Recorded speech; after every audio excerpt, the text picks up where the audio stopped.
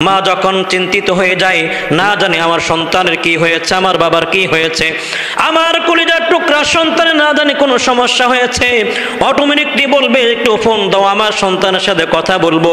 ঠিকই দেখবেন যখন ফোন দেয় খবর নেই, সন্তান কোনো না কোনো বিপদে অথবা কোনো রোগাক্রান্তের মধ্যে তার জীবনটা অতিবাহিত হচ্ছে। কথা ঠিক কিনা বলুন? আব্দুল্লাহ ইবনে মাসউদ রাদিয়াল্লাহু তাআলা আনহু থেকে বর্ণিত হাদিস, তিনি বলেন আল্লাহ রাসূল সাল্লাল্লাহু আলাইহি ওয়াসাল্লামের কাছে প্রশ্ন করা হলো, জানতে চাওয়া হলো সবচাইতে আল্লাহর কাছে পছন্দনীয় আমল কোনটি, ইবাদত কোনটি?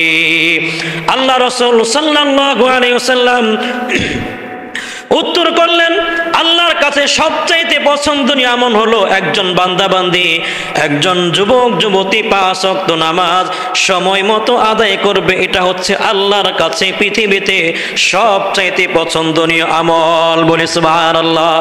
2 নাম্বার প্রশ্ন করলেন, এরপর কি? দেখুন, জিহাদ গুরুত্বপূর্ণ একটি বিধান। ইসলাম প্রতিষ্ঠা করবার জন্যে, আল্লাহর জমিনে আল্লাহর দ্বীন প্রতিষ্ঠা করবার জন্য জিহাদের বিপুল কোনো পথ নাই। জিহাদ গুরুত্বপূর্ণ ইবাদত হওয়া সত্ত্বেও নামাজের পরে আল্লাহ রাসূল বলেন 2 নাম্বার আমল হচ্ছে বিররুল ওয়ালিদাইন, অর্থাৎ পিতা মাতার খেদমত করা। এটা হচ্ছে আল্লাহর কাছে পছন্দনীয় আমল। বলি সুবহানাল্লাহ। ইয়ামানের কোন নামক এলাকার একজন বাসিন্দা ছিলেন ওয়াইস করনি। তিনি নবী করিম সাল্লাল্লাহু আলাইহি ওয়াসাল্লামের কথা শুনলেন, এমন এমন কথা জানলেন যে শেষ নবী আগমন করেছেন। পৃথিবীর যত আগে কিতাব রয়েছিল, ধর্ম ছিল, সব কিছু রহিত হয়ে গেল। এখন নতুন করে নবীর প্রতি ঈমান আনতে হবে, ঈমান আনয়ন করতে হবে। ওয়াইস করনি রাহমাতুল্লাহি আলাইহি জমিন নবীর জামানায় থাকা সত্ত্বেও কিন্তু তিনি সাহাবী হতে পারেন নাই। কেন হতে পারেন নাই? মুহাদ্দিসিনে কারাম, মুফাসসিরিনে কারাম বলেন, যখন তিনি জানতে চাইলেন, জানতে পারলেন নবীজি মক্কাতে আছেন, মদিনাতে আছেন, নবী করিম সাল্লাল্লাহু আলাইহি ওয়াসাল্লামের কাছে পত্র লিখলেন, চিঠি পাঠালেন, ইয়া রাসূলুল্লাহ, ইয়া হাবিবাল্লাহ, ওগো আল্লাহর পয়গম্বর, আমি তো আপনার কথা শুনেছি, কিন্তু আমার ইচ্ছা, আমার চাহাত, আমার উদ্দেশ্য হচ্ছে আপনার কাছে এসে আমি ঈমান আনয়ন করব। ঈমান তো আমি এনেছি, আপনাকে সাক্ষাৎ করে আপনার দিদার লাভ করে আমি সাহাবীর মর্যাদা উপলব্ধি করব, আমি সাহাবার মর্যাদা লাভ করব। রাসূল করিম সাল্লাল্লাহু আলাইহি ওয়াসাল্লামের কাছে আরো লিখলেন, কিন্তু আমার ইচ্ছা থাকা সত্ত্বেও আমি পারছি না, কারণ বাড়িতে আমার মা জননী আছে, কিন্তু তিনি অসুস্থ, তার খেদমত করার দায়িত্ব আমার ওয়াইস কওনির উপর, কিন্তু আমি এই জন্য আসতে পারি না। তারপরও কি আমি আমার মাকে রেখে আমি আসবো কিনা? রাসূলুল্লাহ সাল্লাল্লাহু আলাইহি ওয়াসাল্লাম চিঠির উত্তর লিখলেন, ওয়াইস কওনি, তোমার মা যেহেতু অসুস্থ, তোমার মা জীবিত আছে, তুমি তোমার মায়ের খেদমত করো, তোমার সাহাবী হওয়া লাগবে না, তোমাকে আল্লাহ পাক রব্বুল আলামিন ভিন্নভাবে অন্য ক্ষেত্রে মর্যাদা দান করবেন। বলে সুবহানাল্লাহ। কিন্তু ওয়াইস কওনি সাহাবী হওয়ার সুযোগ লাভ করতে পারেন নাই।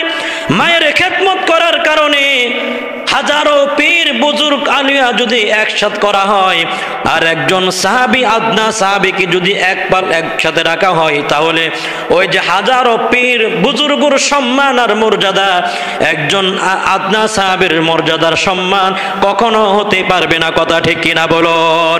একজন সাহাবীর মর্যাদা অনেক বেশি। হাজারো পীর বুজুর্গ আউলিয়া যদি একসাথে রাখা হয়, যদি বলা হয় কাদের সম্মান মান মর্যাদা বেশি, আরেক যদি রাখা হয় আরেক জায়গায়, আদনা একজন সাহাবী, দুর্বল ইমানের একজন সাহাবী, কেবলমাত্র শুধুমাত্র নবীজিকে, সাহাবী কাকে বলে? সাহাবী বলা হয় যিনি ঈমান অবস্থায় নবীজিকে দেখেছে, এমন ঈমান অবস্থায় তিনি মারা গিয়েছে, ঈমান অবস্থায় তিনি মারা গিয়েছেন, তিনাকে বলা হয় সাহাবী। নবী করিম সাল্লাল্লাহু আলাইহি ওয়াসাল্লামের মৃত্যুর পর ঈমান আনলো, অথবা ঈমান অবস্থায় নবীকে দেখে নাই, তিনাকে সাহাবী বলা যাবে না। যেমন ওয়াইস কওনি তার মায়ের খেদমতের কারণে নবী করিম সাল্লাল্লাহু আলাইহি ওয়াসাল্লামকে দেখতে পারে নাই, নবী করিম সাল্লাল্লাহু আলাইহি ওয়াসাল্লামকে না দেখতে পারায় তিনি সাহাবীর মতো যেই মর্যাদা সৌভাগ্য অর্জন করতে পারে নাই। কিসের কারণে? মায়ের খেদমতের কারণে।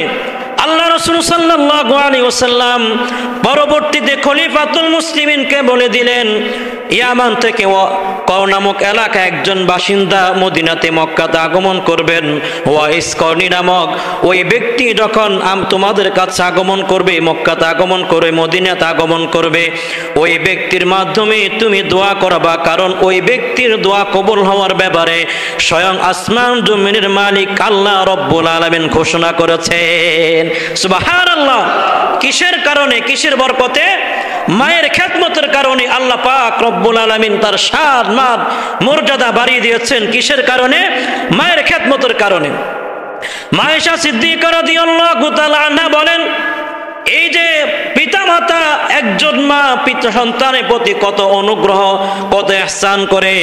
আয়েশা সিদ্দিকা রাদিয়াল্লাহু তাআলা আনহা একদিন বিকাল বেলায় ইফতারি করার জন্য দুটি করে 4টি খেজুর দিলেন। দুটি হচ্ছে আয়েশা সিদ্দিকা রাদিয়াল্লাহু তাআলা আনহার, আর 2টি নবী করিম সাল্লাল্লাহু আলাইহি ওয়াসাল্লামের জন্য দস্তরখানে রেখে দিলেন ইফতারির আগ মুহূর্তে।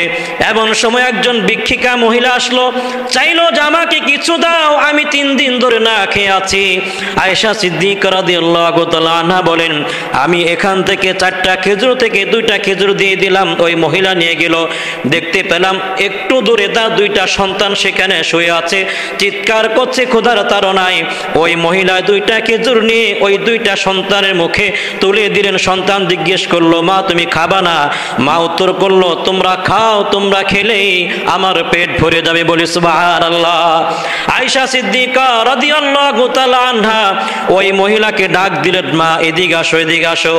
ডাক দিয়ে আবার আরো যে 2টা খেজুর ছিল ওই 2টা খেজুর দিয়ে দিলেন। বললেন, তুমি 2টা সন্তানকে 2টা খেজুর খেয়ে দিলে, এই 2টা খেজুর তুমি খাও।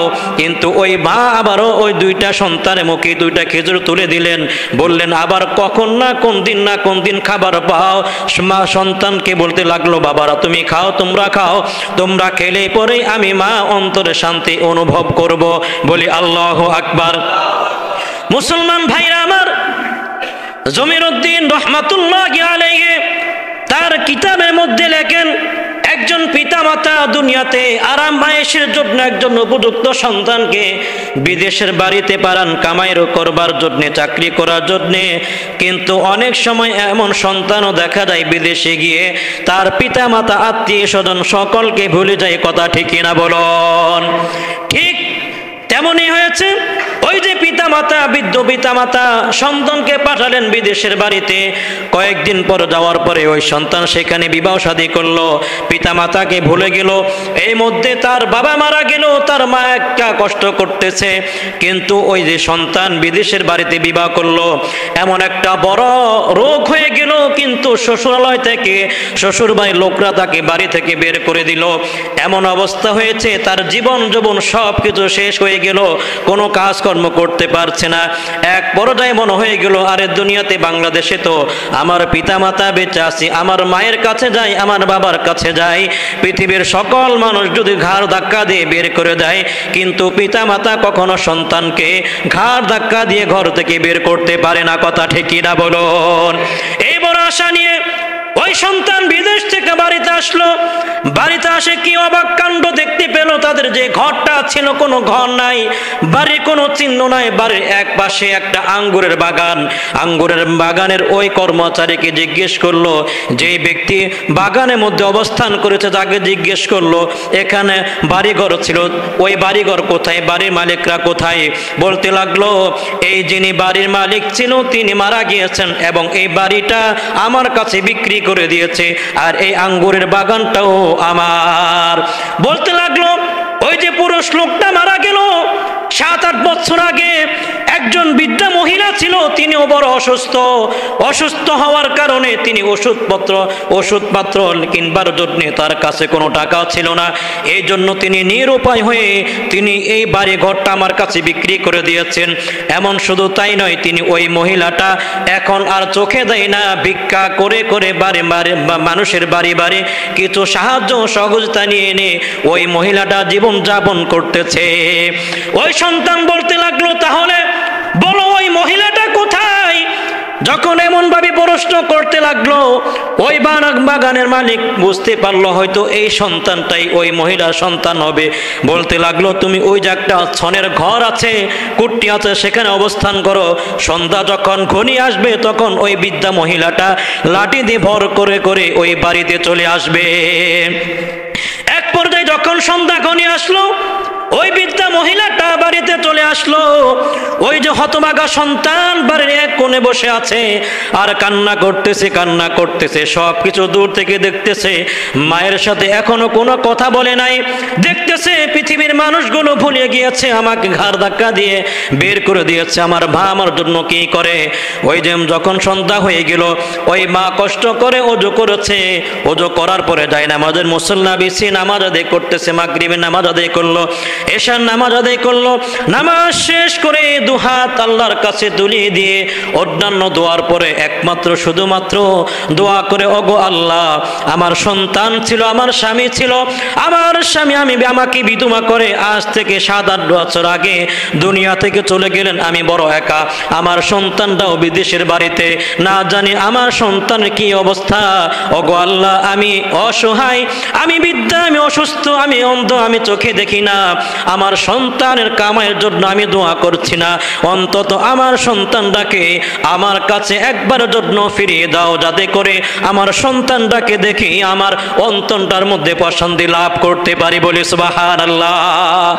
এই কথাগুলো যখন ওই বৃদ্ধা মহিলা বলতে লাগলো, এক পর্যায়ে বলতে লাগলো, গো পরওয়ারদিগার, আমার সন্তানের কাছে আমি কোনো টাকা পয়সা চাই না, আমার তো কেউ নাই, আমার সন্তানটা না জানি কোন অবস্থায় আছে, আমার সন্তানটা যদি আমার কাছে থাকে তাহলে আমি শান্তি অনুভব করব।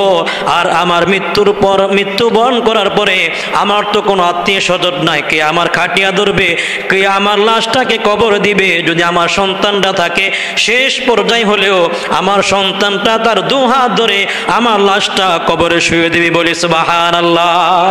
মুসলমান ভাইরা আমার, দুনিয়াতে আমরা আগমন করেছি, আল্লাহ পাক রব্বুল আলামিন আমাদেরকে দুনিয়াতে পৃথিবীতে প্রেরণ করেছেন পিতামাতার বৈবাহিক সম্পর্কের মাধ্যমে। আল্লাহ পাক রব্বুল আলামিন আমাদেরকে দুনিয়াতে প্রেরণ করেছেন। এখানে আসার ক্ষেত্রেও পিতামাতার অনুগ্রহ অনুকম্পা আছে না নাই? আছে। পৃথিবীতে মা একমাত্র নিঃস্বার্থ ভালোবাসা দেখবেন, একমাত্র পিতামাতার ভালোবাসা হচ্ছে সন্তানের প্রতি। একজন ভাই যত আপনজন হোক না কেন, অনেক সময় যখন নিজের স্বার্থের বিরুদ্ধে চলে যাবে, ভাই ভাইকে খুন করছে, এলাকাবাসী বন্ধু বান্ধব বন্ধুকে খুন করছে, বোন ভাইয়ের বিরুদ্ধে করছে, ভাই বোনের বিরুদ্ধে করছে, কথা ঠিক কিনা বলুন? একমাত্র শুধুমাত্র কেবলমাত্র নিঃস্বার্থ ভালোবাসা মা বাবার পক্ষ থেকে সন্তানের প্রতি সব সময় থাকবে কিয়ামত পর্যন্ত। এই যে আমরা দুনিয়াতে এসেছি, আল্লাহ পাক রব্বুল আলামিন আমাদেরকে দুনিয়াতে প্রেরণ করেছেন, পিতামাতার অনুগ্রহ অনুকম্পা আছে আমাদের উপর। পিতামাতার খেদমত করার দায়িত্ব, কর্তব্য, 14টা হক আল্লাহ পাক রব্বুল আলামিন আমাদেরকে দিয়েছেন। সংক্ষেপে বলবো 1 মিনিটে। 1 নম্বর হচ্ছে দুনিয়াতে থাকাকালীন 7টা, মৃত্যুবরণ করার পরে 7টা। 1 নম্বর হচ্ছে পিতামাতাকে যথেষ্ট পরিমাণ সম্মান করা, কখনো যাতে অসম্মান আমার মাধ্যমে যাতে পিতামাতার অসম্মান না হয়। এটা তো একটা নিজের কাজের মাধ্যমে, কথার মাধ্যমে। আবার অনেক সময় দেখবেন সন্তানদের কাজের উপরও ডিপেন্ড করে, নির্ভর করে পিতামাতার সম্মান অসম্মান। যখন সন্তান ভালো কাজ করবে, অটোমেটিকলি মা পিতামাতা সম্মানিত হবেন। কি বলেন? আবার যখন সন্তান উল্টো পাল্টা করবে, এদিক সেদিক চলাফেরা করবে, দেখবেন অটোমেটিকলি পিতামাতার অসম্মানী বদনাম হয় কি হয় না? এর জন্য খুব খেয়াল রাখবেন। 2 নম্বর হচ্ছে পিতামাতাকে অন্তর থেকে ভালোবাসা। 3 নম্বর পিতামাতার কথা মান্য করা, কথা শোনা। 4 নম্বর হচ্ছে সেবা করা, খেদমত করা। 5 নম্বর পিতামাতাকে একটু ভালো আরাম আয়েশে রাখা যায়, সুখ শান্তির চিন্তা করা। 6 নম্বর পিতামাতার যে সমস্ত প্রয়োজন আছে, জরুরত আছে, সেগুলো পূরণ করা। 7 নম্বর হচ্ছে যদি দুনিয়ার তাকিদে, রিজিকের তাকিদে, ওখান অনেকে বাড়িতে থাকে না, দেশ বিদেশে থাকে, যতটুকু সম্ভব খুব বেশি বেশি পিতামাতার সাথে সাক্ষাৎ করা।